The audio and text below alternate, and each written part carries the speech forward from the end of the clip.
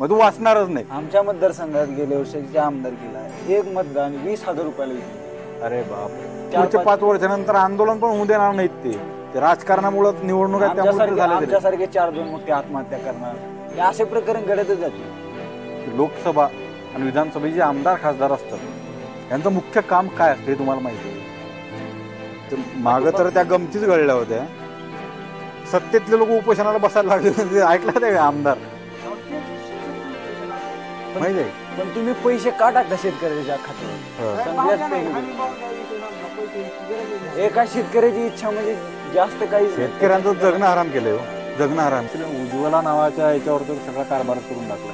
1 रुपया गॅस दिला, आता 1,000-1,500 रुपये घरात गेला. काय वाटतं कशा होती निवडणूक यावेळेस? काही सांगता येत नाही, फक्त पैसे.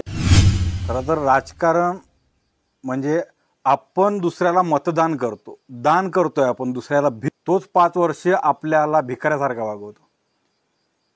पण ह्याच सगळ्या गोष्टींचा समावेश किंवा याचं अवलोकन करण्यासाठी आपण कधीच विचार करत नाही. आपण फक्त चालू असतं आपलं जातीपातीचं राजकारण, वेळ आल्यावर पाडापाडीचं राजकारण. म्हटलं याच राजकारणाची जी चालणारी धुरा आहे त्याचं अवलोकन आजपासून केलं पाहिजे. आणि लोकांची मतं जाणून घेणं हा त्यातला फार महत्त्वाचा भाग आहे. आणि त्यातही जर तरुण मुलं असतील, तरुण पिढी म्हणजे तुम्ही आम्ही सगळे भारताचे भविष्य. आता आपण मतदानात किंवा या प्रक्रियेत सहभागी होणं फार गरजेचं असतं. आपण बऱ्याच वेळा आपलं मत स्पष्टपणे ठळकपणे कधीच मांडत नाही, कारण आपल्याला भीती असते. आपण जर कॅमेऱ्यासमोर आलो, आपला व्हिडिओ व्हायरल झाला किंवा असं काही गोष्टी झाल्या तर कुणी आमदार खासदाराकडे ती जाईल का किंवा आपल्याला काही बोलण्यात येईल का? खरं तर त्याची समोरच्यांची तेवढी हिंमतही नसते, तेवढी लायकी नसते की आपल्याला ते बोलावं. आपण मतदार असतो, आपण दान केलं असते आपल्या मतदानात, आणि आपल्याला त्या गोष्टीवर बोलण्यास स्पष्ट हक्क त्या संविधानाने दिलेला आहे. आणि त्याच चर्चांसाठी साधी एक नॉर्मल चर्चा आहे जी आजपासून आपण चालू केलेली आहे. पुरंदरावरच ही चर्चा सुरू झाली, पुरंदरेश्वराच्या मंदिरातच. आणि सहकारी भेटले आज आम्हाला पुरंदरावर फिरताना, तर म्हटलं यांच्यापासूनच सुरुवात करावं.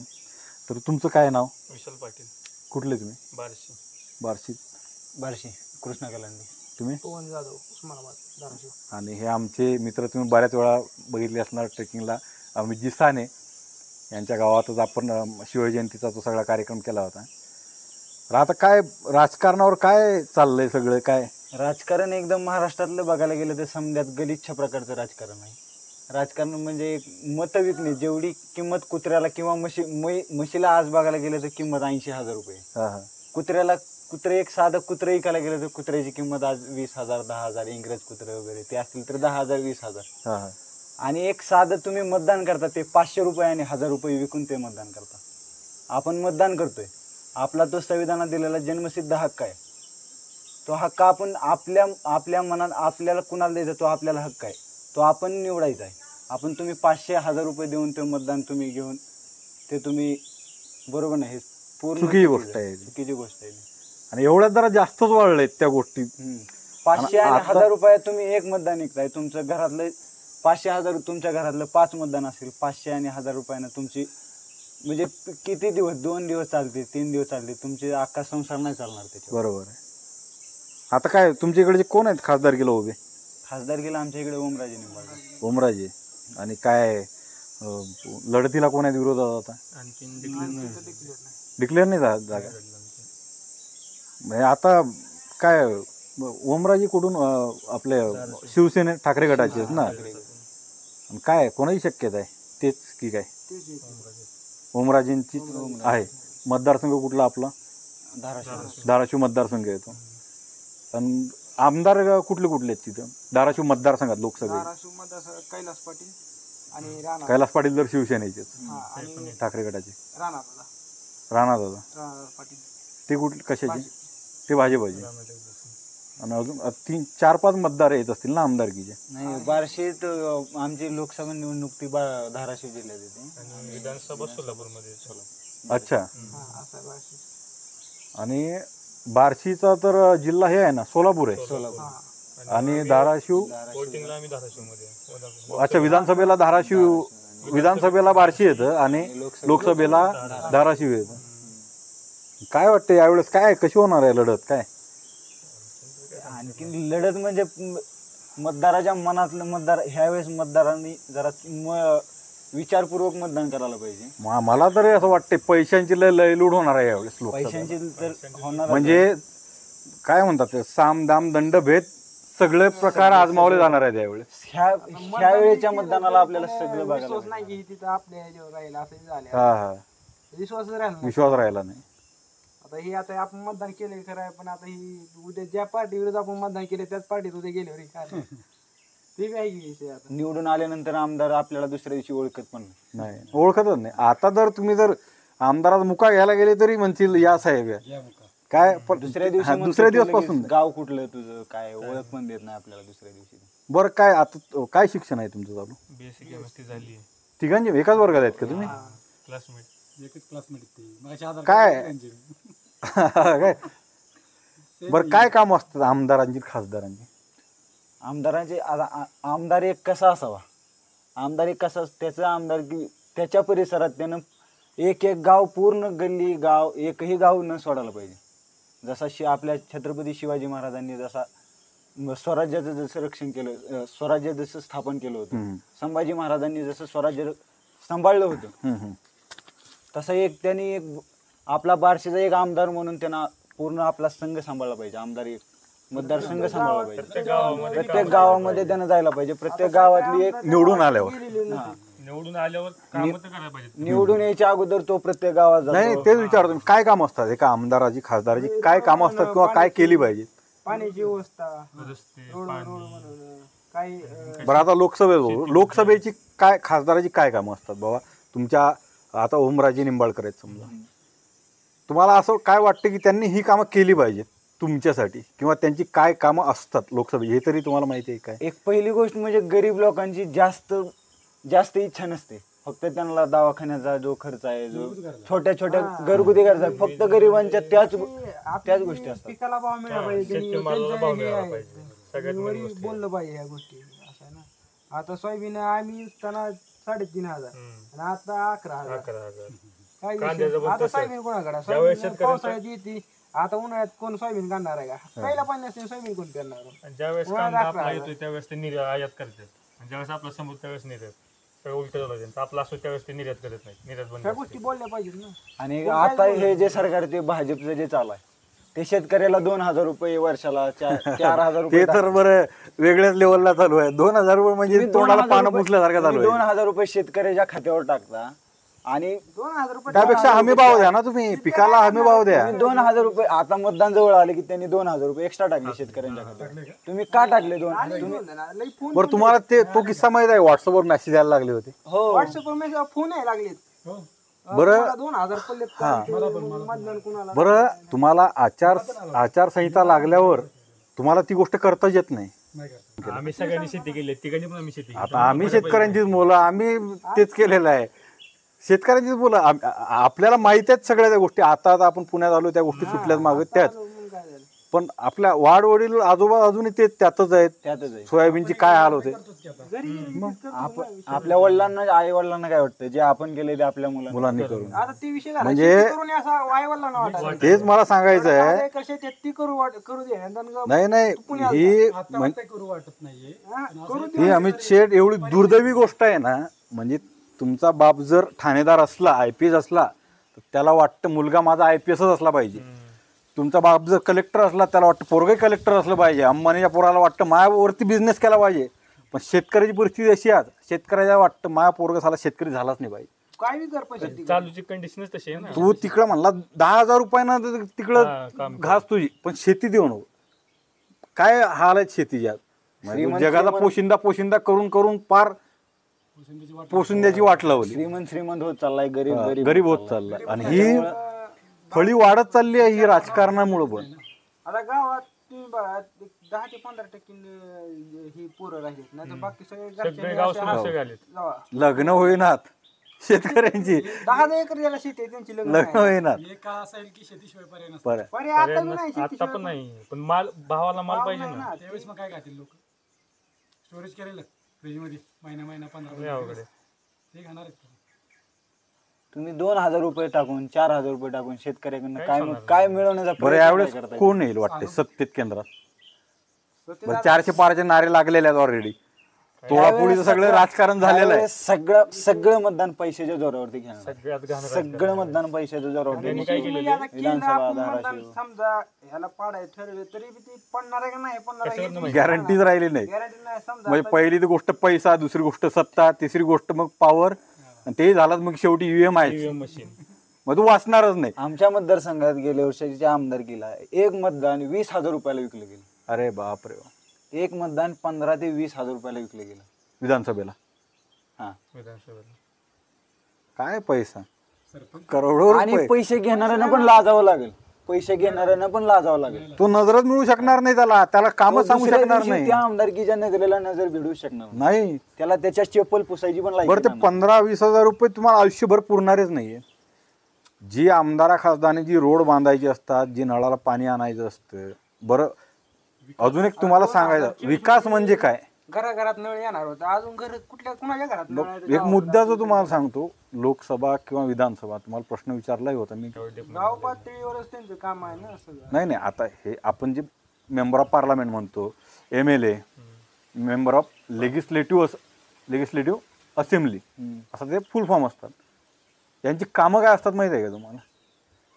तुमच्या नळाला पाणी आणणं, तुमच्या रस्त्याची रस्ते करणं, तुम्हाला योग्य सुविधा पुरवणं, ही त्यांची दुय्यम कामं आहेत. यांचं मुख्य काम हे असतं कल्याणकारी कायदे बनवणं तुमच्यासाठी. कायदे म्हणजे 3 संस्था असतात, एक ज्युडिशियरी, लेजिस्लेटिव्ह, अनेक जे एक्झिक्युटिव्ह असतात, कलेक्टर, IPS.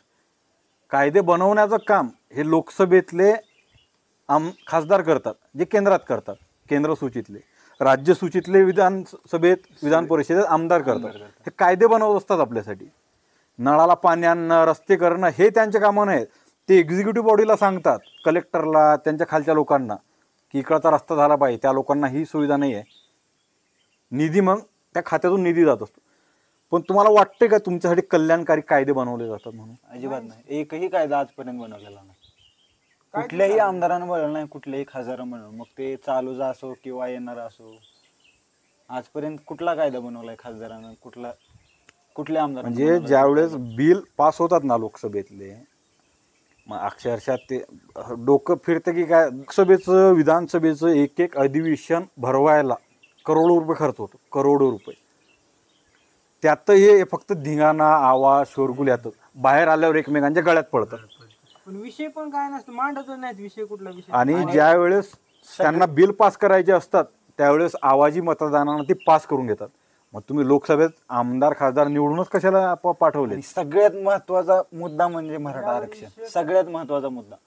आजवर त्याच्यावर समध्या आमदारकीनं समध्या आमदारांना माझा पाठिंबा आहे, तुम्ही माझा पाठिंबा आहे असं बनत पाठिंबा दिला. पण एकही आमदार मराठा आरक्षणामध्ये तुम्ही कुठला आमदार बघितला मला फक्त त्या आमदाराचं कोणी बोललं? कुठलाही आमदार खासदार कुठला पण बरं, आता ते निवडणुकीच्याच तोंडाला सगळ्या गोष्टी झाल्यात. तुम्हाला वाटते का निवडणुका झाल्यावर ते करतील का? राजकारण आलं की नंतर मराठा आरक्षणाला थोडं दाबून ठेवलं. आता हे पूर्ण राजकारण, मतदान वगैरे निघून जाणार ह्याच्यातून. परत कोण मराठा आरक्षणाकडे लक्षच नाही देणार. पुढचे 5 वर्ष परत आपण असंच आंदोलन करायची. कोण आमच्यासारखे तरुण, मला वाटतं पुढचे 5 वर्षानंतर आंदोलन पण होऊ देणार नाहीत. ते राजकारणामुळे निवडणूक आमच्यासारखे 4-2 मग ते आत्महत्या करणार. हे असे प्रकरण घडतच जातील. माझा एक पॉईंट आहे, मराठा आरक्षणाचं आपण बोलतोय. शिवसेना, उद्धव ठाकरे असू द्या, एकनाथ शिंदे असू दे, ते सत्तेत येऊन गेले. काँग्रेस आलं, राष्ट्रवादी आलं, सगळेच येऊन गेले. सगळे दिलं कोणी? आणि आजवर सगळ्या पक्षांनी कुठल्याही सगळ्या पक्षांनी म्हणलं की माझा मराठा आरक्षणाला पाठिंबा आहे. कोण देणार पण नाही. पाठिंबा कशाचा दिलाय? देणार पण नाही आरक्षण कोण, एवढं पण ते माग तर त्या गमतीच घडल्या होत्या. सत्तेतले लोक उपोषणाला बसायला लागले. ऐकलं होतं का आमदार? तेच सत्तेतले उपोषण. मग सत्तेतले आमदार उपोषणाला बसायला लागले. विरोधकांनी काय भजन करायला पाहिजे काय? विरोधी पक्षांचं काय म्हणणं आहे तुमचं? विरोधी पक्ष कसा असायला पाहिजे भारतातला? किंवा आता चालू विरोधी पक्षच नाही, कारण इतके दिवस संपासंपीत चालू आहे सगळी, देवाणघेवाण. कोण कोणाच्या विरोधात हीच माहिती कळणार. देवाणघेवाणच चालू आहे सगळी. ऐका ना एक मिनिट. आपलं मधातच मोबाईल बंद पडला त्यामुळे सगळे बऱ्यापैकी मुद्दे राहिलेत, खास करून इलेक्ट्रॉल बॉन्ड त्या संबंधीचे सगळे.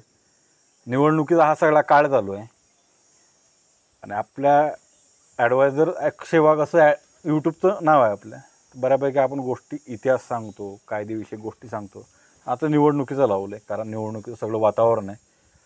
आपल्यासारख्या युवांनीच खरं तर ही निवडणूक हातात घ्यायला पाहिजे. कारण देश हातात काय देणार युवा पिढींना निवडणूक? तुम्ही म्हाताऱ्या माणसाला निवडणूक हातात तरुण पिढीच्या द्यायला येत नाही, तर तरुण पिढीने काय घ्यायचं निवडणूक? बरं, आता समजा तुमच्या इकडचे जे का तुमच्या इकडचे उमेदवार म्हणा किंवा सगळ्या अखंड महाराष्ट्रातले लोकसभेचे जे उमेदवार असतील, तुम्ही काय ॲडवाईस द्याल एक की समजा तुम्ही काय ॲडवाईस दिली पाहिजे की ह्या गोष्टी झाल्या पाहिजेत बाबा? एका आमदारानं प्रत्येक घरापर्यंत गेलं पाहिजे, प्रत्येक घराची कुटुंबाची त्यानं विचारपूस केली पाहिजे.